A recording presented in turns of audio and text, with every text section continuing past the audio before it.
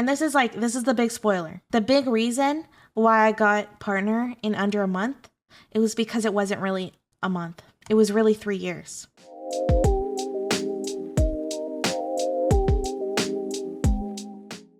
I just want to preface this like completely by saying this is just my journey. It doesn't reflect like 100% any of yours. And there's always going to be a certain amount of luck that goes into anything when you're trying to gain like a public audience and stuff. And I'm still a small streamer by the scheme of things, right? But I am proud of getting partner in under a month. It was definitely more than I expected. Because most people, it takes them about a year at least to get partner. Some people have told me that they think it's the VTuber thing. And maybe they're right. But I always assumed that the VTube thing was holding me back. If I had to guess, the VTuber thing helped you stand out a bit more and great content. Yeah, maybe that's a good argument, Veronis, that it helped me kind of stand out and like at least make people remember you, right? So like people would be like, oh yeah, that VTuber who talked to Vosh, that VTuber did that. I still think it held me back, even with all those factors, because I genuinely think if I'd been like out here showing my face, there's all these benefits to being like a woman on stream and stuff. And I feel like I lost some of that by being a VTuber. Not all of it, but there's definitely like a jump in the beginning. The most common response I get from people is that they're watching me in spite of the VTubing. That's really where people say they judged me for being a VTuber. They didn't think it was going to be high quality content. They, maybe they're a little embarrassed about it or something like that. And I had to like prove them wrong. So I still feel like it's something that holds me back a bit. But that doesn't mean and maybe eventually I'll start showing my face more like Code Miko. Like if I get to a point where I feel like solid financially enough that I can like have security and stuff. Like if I'm like Code Miko size or something, then sure. But yeah, right now, not too scary. I feel like it held me back a bit, but I still don't regret doing it because I've talked a lot about why I'm so happy that I decided not to show my face. Number one, it makes me feel like I can contribute something that has nothing to do with my looks, which is really important for any woman because you have to understand that you're always told that your entire value is in how you look. And so this has been very exhilarating for me. It's a really nice feeling. And then on the other hand, it also makes me feel really safe and comfortable. I also don't have to do my makeup every day. Started watching because your interviews don't really care about the VTuber thing. Yeah, PKs, I actually think I got the most people from interviews. That's probably a huge amount. Interesting lore for the Kraut interview was Kraut was not, hopefully he's okay with me saying this, but Kraut was very skeptical of me. He was skeptical of being interviewed by me. He had been hurt a lot in the past with like, interviews and stuff like that. And I think he really thought that I was going to kind of spring something on him, that I was going to do something just for clicks. And he was just really, really concerned about it. Like just suddenly surprise him with Vosh or something, right? My goal when I'm doing an interview, because I'm not a therapist or anything, God knows I have no training in that. I just want to kind of work through with the person I'm interviewing and just help the audience understand them more. That's the goal. It's understanding. And sometimes when you do that, like the person who you're interviewing starts to understand themselves more, usually in a much more positive manner. And I think that happened with Kraut in that conversation. If you could tell in the beginning, he's kind of like defensive. He's not really into the interview. And by the end of it, he's super engaged and he's actually kind of feeling great. And so I was really proud of that interview. Vosh v. Kraut was crazy and sitting. I don't know how much I buy Kraut's side, but it says a lot that you could have had a convo with him. My job, I'm not trying to take a side in these dramas between these people. And I also don't want to downplay because they're like them as just dramas because often they're very serious accusations. It's just like, it's very hard to determine from the outside who's correct because everyone has their perspective. So I just try my best to be non-judgmental when I'm doing a stream, which I think is one of the main reasons why people are more willing to open up to me. You have to be genuinely non-judgmental and you can't just act that way. Like it has to be genuine because people read it. Like if you're just putting on a face of like non-judgmentalness, like people can tell and they're not going to open up to you. But anyways, so you're probably wondering like, how did I get those interviews? Like, cause I got an interview with Destiny when I had, I think an average of 30 viewers. That's not normal. Most people are not going to be able to get an interview with them. And this is the big spoiler. The big reason why I got partner in under a month, it was because it wasn't really a month. It was really 3 years. I wasn't streaming, but I was doing something else. and I was building a community. So a lot of people, and I think there are some other streamers that have been like resentful to me because they're like resentful that I grew so fast, that I got partners so fast when they felt like they had to work so much harder and so much longer for it. But in reality, I was doing the same work just in a different way, on a different platform.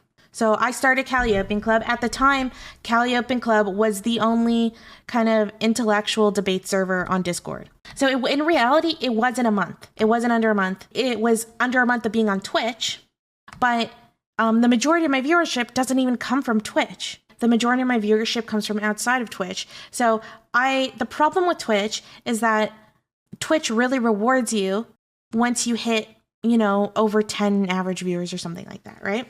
But getting to that first 10 is the hardest thing, like that consistent 10. I feel like once you get to that 10, it starts to be a more smoother sailing. Now you can start growing and doing the grind and all that stuff. But you can be going under 10 for years and be producing excellent content and still you're not going to grow. Twitch is notorious for having really bad discoverability. And I think if you're in that place right now where you're trying to grow, you feel like your content is good quality content. Because number one, always, if you're ever struggling, always try to fix the content. But if you feel like your content is solid, then I would just tell you to get off Twitch temporarily. Go to another platform and build something there. Build something else. Get a reputation, whether it's debating in a vegan Discord or it's a big Twitter following because of your witty tweets. Or YouTube, or TikTok, or even in real life, getting a following at your university, running for president, I don't know, something like that.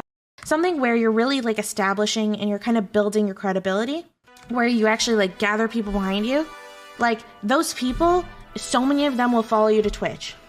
Not even just that, you can just becoming a regular on someone else's stream can really, really help. How many people has Destiny helped kind of grow? From people being regulars on his stream, regulars in his community. That's what happened with Vosh, right? Vosh didn't just snap his fingers and boom, super successful. He built himself in someone else's community. So there might be people, if I get big enough, there might be people here that get built within this community that will go and make their own channel and be super successful. And I think that's super cool. So that's why networking and all that stuff is also super important. But just remember, if you when you network, you need to be genuinely networking. Because when people, I can tell you, just as something behind the scenes, also behind the streams, is that when people are networking just to network, just for business acumen or whatever, you can tell, you just get those vibes and it's not attractive. But if you actually want to genuinely make connections, genuinely make friendships and genuinely admire the people you're networking with, then it's a win-win. Because you potentially gain a friend, and then on top of that, you also might get some benefits from it too. It's just a win-win, but it's got to be genuine. If you're only looking for the benefit, you're never going to develop something real unless the person is just super naive that you're talking to, and it's very rare. But yeah, this is why I encourage you to join Calliope Club Discord, join the Twitch Politics Discord, join Politics Discord, start building some kind of reputation, in whatever community. If you're doing Sims, then join a Sims community or something, or start making YouTube videos and start kind of spreading them around. A really good attitude is just doing something nice for someone. I'll give you an example, right? Remember you guys a few months ago, I was going through some nasty drama. Someone messaged me something really nice and was always being really helpful to me, just randomly on Twitter. I didn't know who they were. Fast forward, we're now really good friends, and I helped them significantly with their stream. And now they're kind of getting connected to a bunch of other streamers that are helping them network.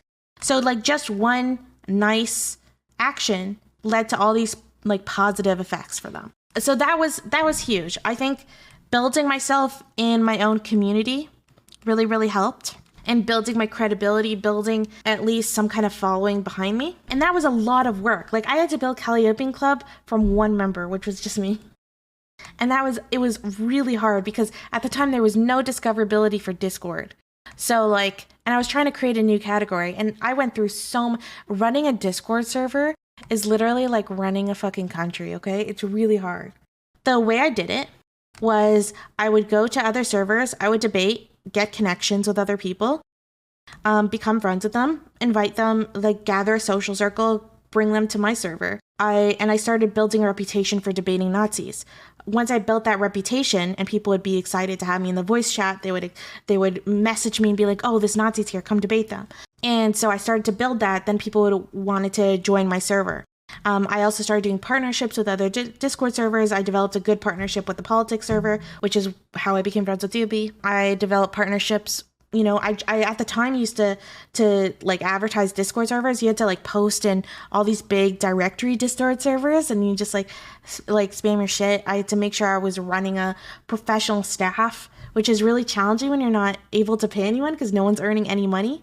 Like I did all this work, and I basically was doing 2 full-time jobs, and I did it for free for 3 years. Like 0 pay, okay? Is that not seen as leeching people from other Discords? Oh yeah, it probably is leeching. But at the end of the day, the best server is going to win. You know, if you don't want people to leech from your Discord server, then make sure that your Discord server is the best Discord server, that no one wants that. Like, I would hate that the only reason why people are hanging out in your Discord server is because there's just no other option. That's what I encourage you to do. So those are some factors, right? There's other stuff. I think there's like, so I think that that's the biggest reason was that I had a community behind me already. Like my Discord server is 15,000 people. So I suddenly had access to all that help. And obviously all 50,000 is not going to translate into Twitch because they're very different platforms, but it certainly helped me get past that initial 10 viewer grouping. And most importantly, because I'd had that server and that platform beforehand, it meant that I already had some good connections. Like I'd had, for example, Destiny. I'd known Destiny for a long time already by that point. I wasn't like super close with him at that point, but I'd already kind of had a bunch of positive interactions with him. He knew who I was, and he'd come onto my server a few times for AMAs. Another big part was meeting other streamers. Streamers not as big as Destiny or Vosh, but like, medium-sized streamers, that they needed my platform and I needed them. And it's just a natural, perfect partnership. Like Prime K has helped me a ton. To help me grow and, and platform me on his stream and stuff like that. And I was selling myself hardcore there. And another thing is that I also think my time managing CC and managing people, because that's a big thing when you're running a Discord server. I know you're like, oh, it's just Discord. Trust me. Okay.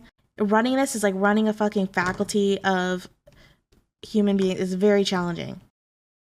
There's a lot of drama that happens. You have to balance everyone's individual needs. Everyone has their own conflicts with one another. You have to bring out the best in each of your teammates. All of those skills help me with streaming. So I would also encourage you to it sounds so corny, but join any kind of team. Any kind of team environment. That really, really helps. It especially helped me learn to deal with criticism. And it also helped me navigate socially. This world. There's so many faux pods. I definitely made a few of them, but holy shit would I have made more if I didn't have the background of CC and managing that. I already kind of knew how to be careful with what you say in public, but still be authentic, right? That balance is really, really hard, and not a lot of people find that. And I definitely got that from CC. One of the other major things, in my opinion, for my quick growth is I think I just grinded really hard. Literally the moment I started streaming, even when I had 10 viewers, I was taking myself as seriously as a 2,000 viewer streamer. That I was taking myself, and everyone told me not to. Everyone said have your lower expectations. Don't expect that this is going to be a job. You're probably not going to earn money. Don't worry about that. And I totally understand where those people are coming from. But that's just not how I do things. I'm a tryhard. I'm 100% a tryhard. It's one of the reasons why I love video games so much. I will play the Sims, and I'm not a casual Sims player, okay? I play it hardcore. I'm not a casual Age of Empires player. I play that hardcore. I'm a very intense tryhard, okay? I try hard with everything. I try hard when I'm picking which soap dish I want for my bathroom. That's not an exaggeration. Ask my friends. That's just who I am. And so from the moment, even when no one was taking me seriously, when people were you're probably you're only going to have 20 viewers now, but it's going to go down. It was someone told me that you just get a ton of people watching you the first time. And then the second time all your friends kind of forget about watching, and then it goes away. But I just didn't care. Like, I was just gonna take myself, I guess it's like fake it till you make it, typical thing. Kind of weird if you want to make something a job and not treat it with the seriousness a job should. Yeah, exactly, Tiz. I totally, and there's so much advice out there, I feel like, on like r/Twitch that's always telling people like, don't take it seriously, this isn't going to be a job, you're not going to be successful. But it's like, that attitude is just guaranteeing you that it's not going to happen. Sometimes you have to have a little stars in your eyes. There's a quote, I have a planner, okay, which is another thing that I was going to get to. But I want that company to sponsor me before I fucking like advertise them again. But I have a planner, and I have and I always write this quote in there, and it's so corny. I'm just warning you guys, be prepared for the corn, okay?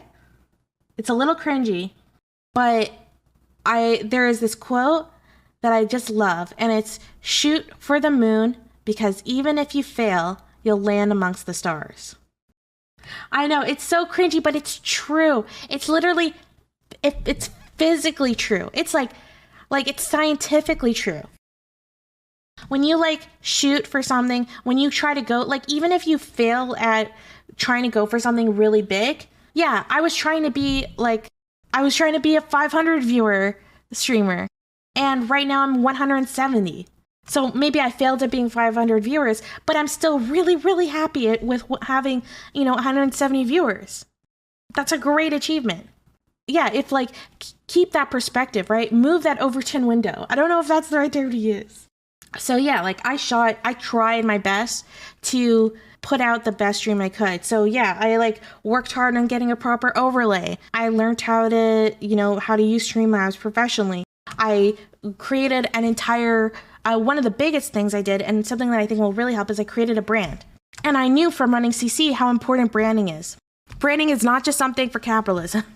Branding works everywhere. I mean, branding works just for you, individually within your friend circle. So I created this whole brand, right? So obviously, so when people think of me, they think of monarchy. I have a consistent look. I made sure I got artwork done. I invested some money. I invested hundreds of dollars. And trust me, those hundreds of dollars hurt. They hurt me financially, right? Because I was not in a good place. Before I was streaming, I was literally in such a bad place financially that I could, didn't have enough money to eat. It was not a good situation. So I invested some money, and that was really hard for me to do. And I don't want to encourage you to go invest money that it's and do what I did. But investing something is probably really important. That's a shit ton of nuggets. Yeah, I invested a few $100s in things like branding. I went and found artists to draw me. I mean, just my avatar alone, my avatar costs around $600. To get it rigged and everything, it's expensive being a VTuber.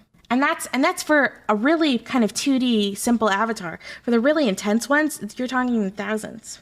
Did you find doing all that branding stuff fun? Yeah, I did. I did find it fun because I'm a gamer, right, at my core. So I just treated it like a video game, building your character. Points of strength here, these points here. And I made a vision board, also really fucking corny, of the things that I wanted to achieve. And but yeah, the branding I think was really huge. So I wanted, even if people were watching me and I was had 10 viewers that day, I wanted my branding to look like I was a solid partnered streamer even when I wasn't. So that I think was really, really important. I wanted to look as professional as possible. And I tried to be really smart with how I spent the money and all of that kind of stuff. And then I invested time. I also made sure I invested time. I worked so hard to build a social media, and I don't do social media. I haven't owned a Facebook account since 2019. No, sorry, 2009. I was off for 10 years. Yeah, I haven't owned a Facebook account since then. I never owned an Instagram account. I didn't even know what Snapchat was. Dear God, I didn't know what TikTok was. Yeah, I'm just someone, I'm not a very social person. I tend to live in a book. So I took myself And I did. I took myself seriously. And it probably came off really dumb. I'm sure to like tons of people. I'm sure like when I actually messaged Destiny and I asked him, like, initially I was going to call myself because I was always known as Eris, but I couldn't start streaming as just Eris. Because like, I mean, God knows there's a bunch of Erises. So I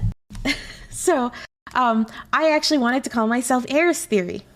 Like that. I was going to call myself Eris Theory, and it was like a play on the philosophical concept error theory. And I thought it was funny because I hate error theory. And I thought that was really witty. So I told Destiny, I was like, hey, like, what do you think of this name? Like, because I really appreciate whatever you say about him, the guy's got really smart takes. So, and Destiny responds, he's like, what the fuck are you smoking? No one, like, at all in this fucking universe knows what error theory is. You are a fucking nerd. Do not pick that name. No one will get it. Everyone will just think that you were just calling yourself the theories of Eris. And that just sounds pretentious as fuck. I was like, God damn it. And then he suggested Aristocracy. Some other people had suggested Aristocracy before, and then I decided to go for it. And it worked, because it worked with my branding, and it kind of connected all. But yeah, so that was a major factor. I think like the branding, I invested tons of money and also tons of time. Like, so I was building out all my social media. I built out an active Twitter account. I went from 0 followers to 400 within, I think, a week, which I was really proud of when I had like no following on Twitter, like on Twitter or on Twitch. I focused really hard on building up a genuine Twitter presence. Like, I always was just trying to be active, and to this day, I'm really active on Twitter. I made sure to, put myself and platform myself wherever I could. I nagged my friends to watch my stream so I could, get my viewership up. I was that annoying person. And this is something that I told Stardust to do too. You guys know Stardust? She's a new streamer who's also been growing very rapidly. And initially, when she was much smaller, she came to me and she was asking me for some advice. And that's what I told her.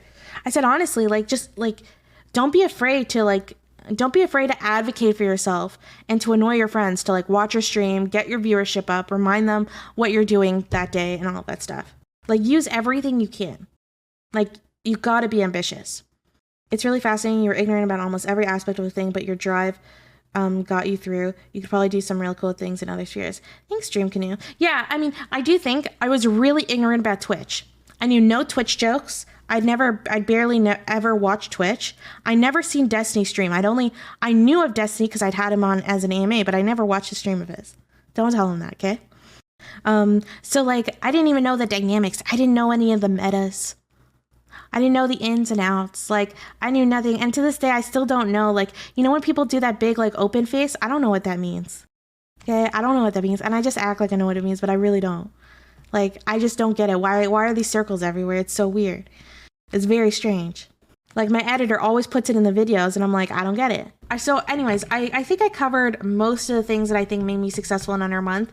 I think, honestly, the big two things, to summarize, the big things is I had built a community outside of Twitch, right? I think that's a really big thing. And the second one was I fucking grinded. I took it seriously.